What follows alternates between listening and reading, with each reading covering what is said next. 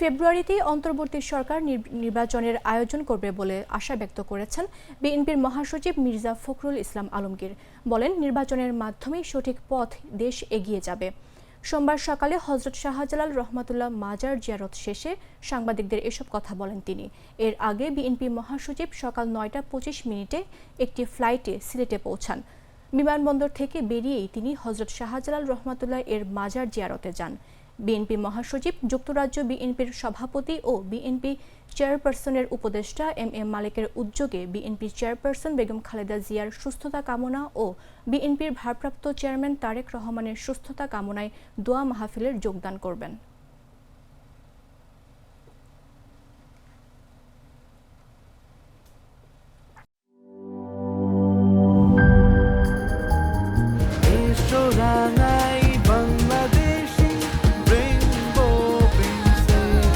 Rainbow Paints, ছড়াও জীবনের রং।